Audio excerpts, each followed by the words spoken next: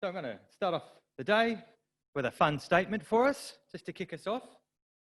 Here we go. I believe that the group of people in the world with the greatest amount of faith are atheists. How about that? How can that be? I hear you say. Well, because, right, you know that atheists don't believe in God. How can it be they have faith? Because if they don't believe in God, therefore by definition, they have no faith. But actually, no, the definition is they don't believe in God. The definition isn't that they don't have any faith. They're not the same thing. In fact, my contention that to hold that position, that there isn't a God, actually requires far more faith than to hold the position that there is faith. No, sorry, that there is a God. Now, the atheists will say, well, that's just rubbish because I don't have any faith. My point of view is based on science. And I'll say, okay, really? Well, let's have a look at that science. So that's what we're going to do today.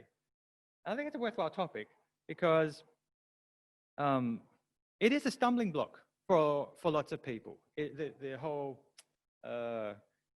creation thing, the thing that the atheists are basing their scientific evidence on, that's a stumbling block. But in fact, I think that as we go through, we'll find it's a building block. It's not actually a stumbling block when you really open-mindedly look at the science. So that's what today's going to be about. So atheists kind of base their point of view generally on the creation versus evolution debate. But that debate, that idea is framed by the atheists. And I think that we need to just kind of reframe that issue, that question a little bit. See, I think we're happy to assume that the Bible has got metaphor in the Bible, in times, in places. Most of us got no problem with that. And so it's reasonable to assume that the creation story could also have some metaphor associated with it. Now, that statement is also open for debate. But that debate is a Christian debate. That's a debate within Christianity about whether or not creation happened over 6 days or 6 billion years, or how we view it.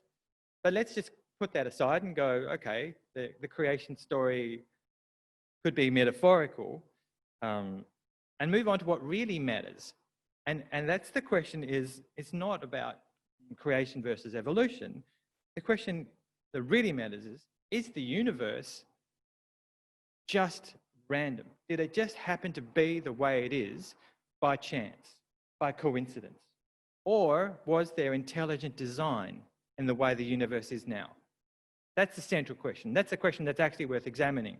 And I think that even the atheists would be happy to go into that same question. So that's our framework that we're going to look at. So let's head into that. So we need the clicker, boys. My fault, forgot to pick it up. So we need to then start by defining terms, or more particular, we need to start by defining one term, and that term is the universe. We're talking about the universe. How did the universe come into existence?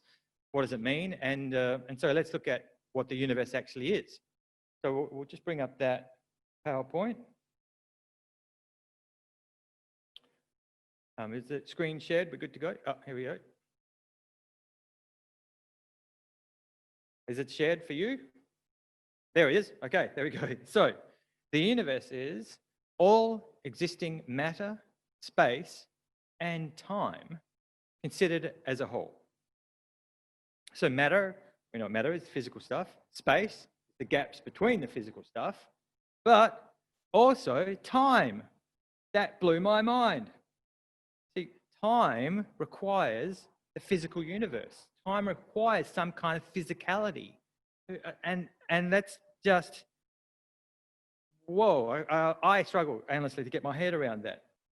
So, but what it's saying then is that anything that's outside of the physical world, that's outside of what we can see and touch and so on, or the gaps between them, such as, say, the spiritual world, is also outside of time, which kind of makes sense when you look at that. But how that mechanism works, it's kind of beyond me, beyond my little brain. So I'm not going to try to explain it. I don't even understand it, so I can't explain it to you.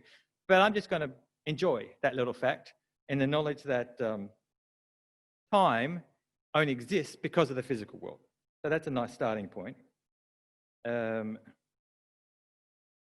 But what's important about this concept is knowing that because of that, therefore, the universe had a beginning. And again, we're getting into science. I'm going to use a lot of quotes today. So I thought we'd go to someone fairly intelligent, and that's Stephen Hawking. So this is what Stephen Hawking had to say about this. He said, almost everyone now believes that the universe and time itself had a beginning at the Big Bang. Thank you, Stephen. And Stephen Hawking's obviously amazing mind. Human beings have amazing minds. Now, although they haven't been able to work out the exact birth date of the universe, they've worked out that it's around about 14 billion years old. Amazing. But around 3,000 years ago, which comparatively is obviously not very long, but in terms of human existence, and certainly human science, is a long, long time ago. And you could say it's really before most of science started kicking in. There was one man that actually didn't need science to know that the stars, the universe, the sky, if we looked up there, we're going to know and we're going to learn about God. It's going to point to God. That bloke was King David. And this is what he had to say in Psalm 19, 1-4. It's beautiful. The heavens declare the glory of God. The skies proclaim the work of his hands. Day after day, they pour forth speech. Night after night, they reveal knowledge. They have no speech. They use no words. No sound is heard from them, yet their voice goes out into all the earth. Their words to the end of the world. How did King David know? 3,000 years ago, way before science. See, science is now coming to the same conclusion that King David had way back when. That the universe, what we can see, points to God. It is the proof of God. See, the big question for science is what caused the Big Bang? How did it happen? And even more so, what was there before the Big Bang? In fact, what was there before time? And too much for my little brain, but these are the questions at least. And the thing is, science, in the end, comes up with no answer. Science just says, well, there was something. That's as far as science can go. And science, you see, can't possibly go any further beyond the Big Bang because science deals with physical things. And the Big Bang is as far back as physical things started.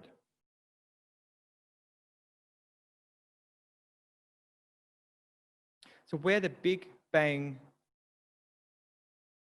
is where science stops. That's as far back as science can go. And that is one of the reasons that these days so many scientists actually believe in God. Okay, so and now I've given you a fun statement for the day. We've got fun fact for the day, okay? The first books of the Bible were written in Hebrew. And the very first word in the Bible is the word in the beginning. And this is it. And now I know it's one word. In Hebrew, it's one word. In English, it's 3 words, but in Hebrew, it's one word. It starts with the bait. And bait is the second letter of the Hebrew alphabet. And interestingly, it finishes with a tav, which is the last letter of the Hebrew alphabet. So what we've got is not quite from the beginning all the way through to the end in the very first word of the Bible. So Jewish mysticism, which looks at very, very closely and deeply at every single letter because it likes to get behind the Bible to get the deeper and the deeper and the deeper meanings there. And now they look at this and they say, well, there's a reason that it doesn't start with the letter B. See, the first letter is the letter Aleph, which sounds a lot like, and it's the same letter in Greek for Alpha, which is one of the words for God. And so the very Bible shows us that before in the beginning was something. What's that something? It's the Alpha. It is God. and that there was God right there even before the beginning, at least the beginning as far as we know it. Anyhow, just a fun fact. I thought you might be interested in that. So let's get back to picking on scientists. To showing what we're going to show. So we've kind of looked out into the astronomy. The reason I'm laughing is this morning I said astrology, and that's just not what I'm talking about. Astronomy and into physics. And so now we want to look into biology and chemistry. As scientists learn more and more about the human body and about organisms, it turns out that they're far more complex and intricate than they'd ever imagined. Actually, that's a huge understatement. They're crazy complex and intricate, like mind-blowingly. We kind of think of our bodies as basically solid with a bit of liquid kind of floating around. But inside of our bodies are little organisms that live and move around and float around. In fact, they don't just float around, they propel themselves, and they have very complex lives. And these little creatures, they live in our bodies and they live outside of the bodies and other places as well. They're amazing. So there's one particular part of one single-celled organism which is part of a microscopic bacterium, which has become kind of like the poster child for complicated and intricate. And it's called the flagellum, or flagellum. I'm not sure how to put it. We'll go with flagellum. So rather than try to explain it, pardon? Oh, you knew that. Of course you did. Yeah, me too, right? So rather than try to explain it, I've got a video that I'm going to show you that is just really interesting. So when you're trying to get, it's part of a single cell. So it's like microns, like 40 microns, or it's like tiny, like you can't believe. But they've found it. And anyhow, can we play the video so you can just learn about this amazing little thing? In Darwin's Black Box in 1996, Behe spotlighted and made famous a number of really interesting discoveries that had been occurring in biochemistry and cell biology over the last 2 or 3 decades. And what biologists, molecular biologists, cell biologists, microbiologists have been discovering is that at the level of individual cells, there are little tiny examples of nanotechnology, little tiny machines at work.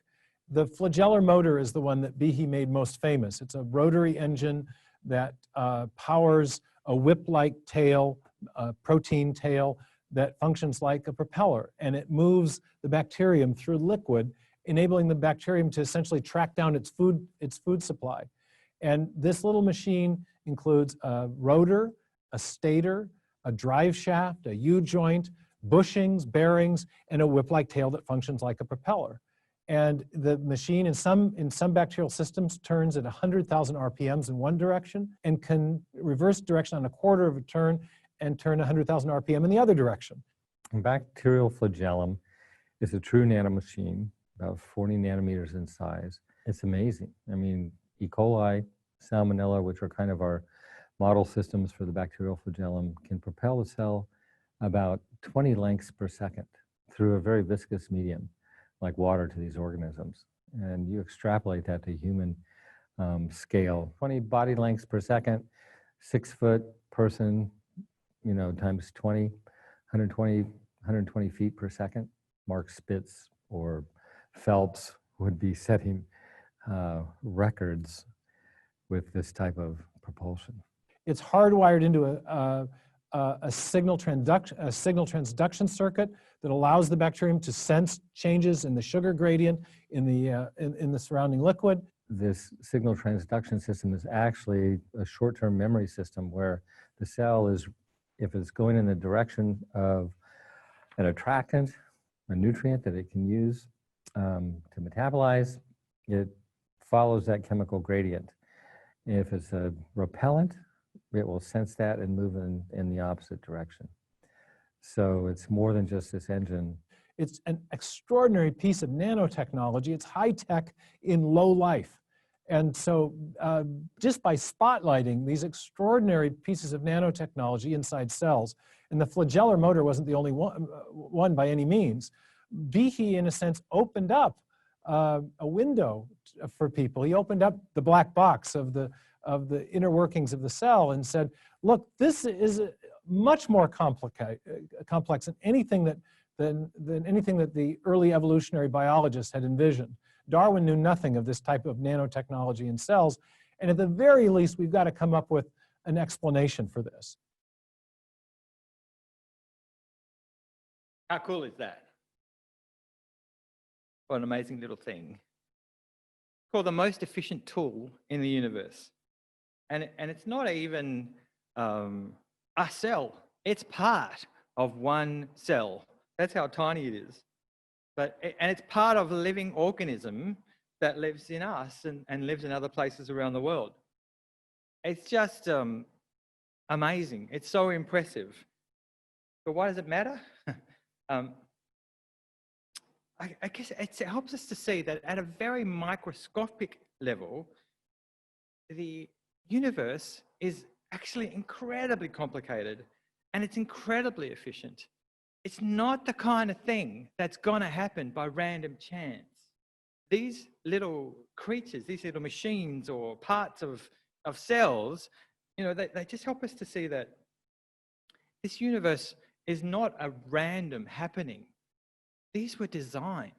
These were carefully designed. And we're only just starting to see the amazingness of the design, the intricacy, the efficiency of the design that God has placed from the heavens to the smallest part of single cells. So we looked at the really big picture, at the Big Bang in the universe and out there, and we've looked at the really small picture at the flagellum and biology and so on. And so now I want to have a look at the kind of the middle ground, and that's the amazing world that we live in day by day. Of course, Earth. Now, we feel like we've got complicated existences, our own personal existence. Let me give you some perspective on complicated. Again, I'm not a scientist, so the best way that I'm going to do this is just to give you a series of quotes. So here goes. So, did I miss one?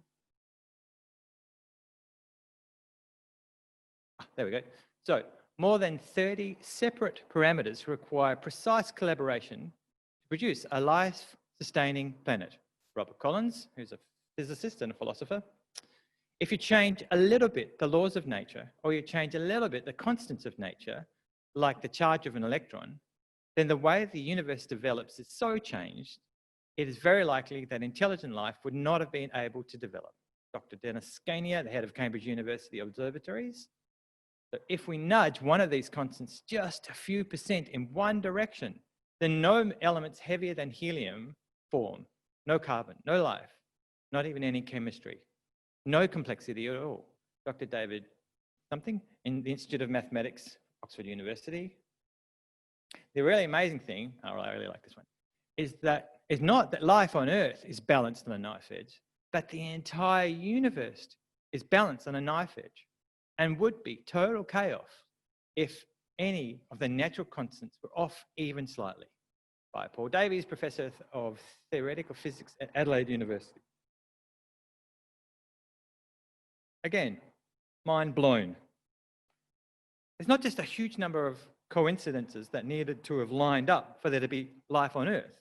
A huge number of coincidences needed to be lined up in order for the entire universe to have any kind of order at all. And this is why a great number, and in fact, an increasing number of scientists are now coming to believe that the possibility that life exists based on random chance alone is just astronomical. So, from a scientific point of view, the existence of God is a much more likely, much more plausible explanation for the way the universe is than the universe being the way it is without God. So until a few hundred years ago, science always had the Bible as the starting point. Then we came to the Industrial Revolution, the Scientific Revolution, and science felt that for the first time they had the freedom to start looking at the universe without God, just ignoring God. From a purely scientific point of view, they wanted to explain everything. And the pinnacle of this scientific endeavor was the unified field theory, or otherwise known as the theory of everything. And this unified field theory was coined by Albert Einstein. The irony is, Albert Einstein was a Jesus-appreciating Jew. And though he didn't hold to the classical Judeo-Christian beliefs, we know undoubtedly that he was a deist. That is, Albert Einstein absolutely believed in God. See, for Einstein, the purpose of this theory of everything wasn't disproving God, it was actually better understanding God. The atheists took his theory and then used it for their own purposes. But the origins of it was from a man who'd seen it and said, well, clearly there's a God, I just want to get to know him better. That was the point. So we've had a look kind of into the natural world. I just want to bring one Bible reference, or one more Bible reference for us. And this is a verse we know very well, but I think we'll see this verse differently now in the light of everything I've just shown. So this is Romans 12:2. Do not conform to the patterns of this world, but be transformed by the renewing of your mind. And then you'll be able to test and approve what God's will is. Good, pleasing, and perfect will. Now, Paul wrote this insight down about 2,000 years ago, and he wouldn't have had the vaguest clue of what science was saying about this whole thing.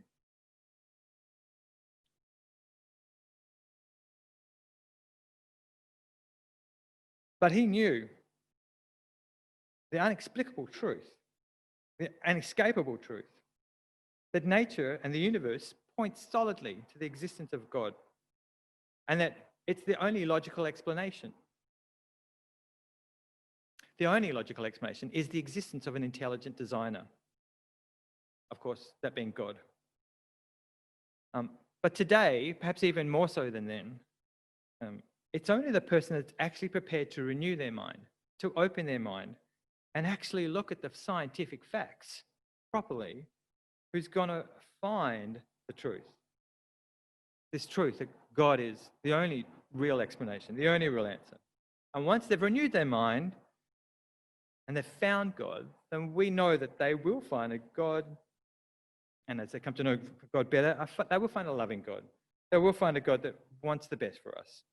And indeed, they will find a God whose will is perfect and pleasing. So what's the takeaway from today?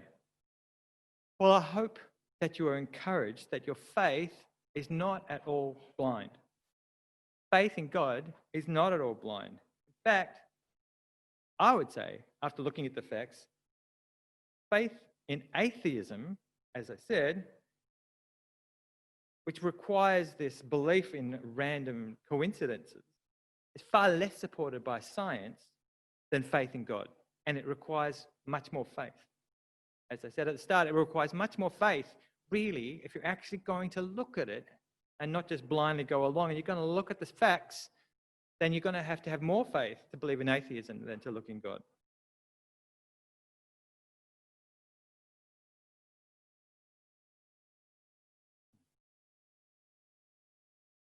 So I know that the feedback I've been getting is that we're really enjoying our 10-minute time to chat about what's been going on in the sermons. That's been a hit. And so I'm going to keep that from now on. Even when we finish with Zoom, I'll keep that for us in here. So the good news is that means I'll try to make my sermons a bit shorter. I expected a big round of applause at that. So we'll have shorter, a little bit sermons. I'll try to be a little bit. And then I'm going to keep every time having discussions, unless I hear otherwise and hear that we don't like that anymore. So I've got some questions for us to delve into. So we'll break up into groups in a bit. And as always, I'll give you 10 minutes. And so here's the questions that I'm hoping you're going to have a look at today, which is, has your mind been renewed? Forget that last verse about renewing your mind, which is not about just thinking or feeling. Not about just feeling and experiences. It's logical mind renewing, which is what we're called to in Romans 12. Has your mind been renewed, and has that encouraged your faith? Probably, for me, this is the most important one. Will this have any impact on your willingness to share your faith with others? I really believe that one of the reasons we get stopped is that we think, oh, it's all kind of, they're just going to think I'm crazy. You know, they're going to think that this is just some mumbo jumbo or some weird thing. And I know it's true, right? But those people that I want to share it with are just going to think that they've got the high ground. And so I'm a bit scared to share my faith because it's not provable. And I'm hoping that after today, you're going to go, actually, you know what? If you look at all those facts and you look at the science, it's probably more provable than I ever imagined it was before. And I'm hoping that will encourage us to feel like we do want to share more. All right, so how are we doing, Tech Boys? Are we good to go? Yep, okay. So we're going to break into groups online, and then we'll do the same 4 or 5 here. So probably, I don't know, maybe 2 or 3. We could probably do 4 groups in here. And then we'll meet back in 10 minutes.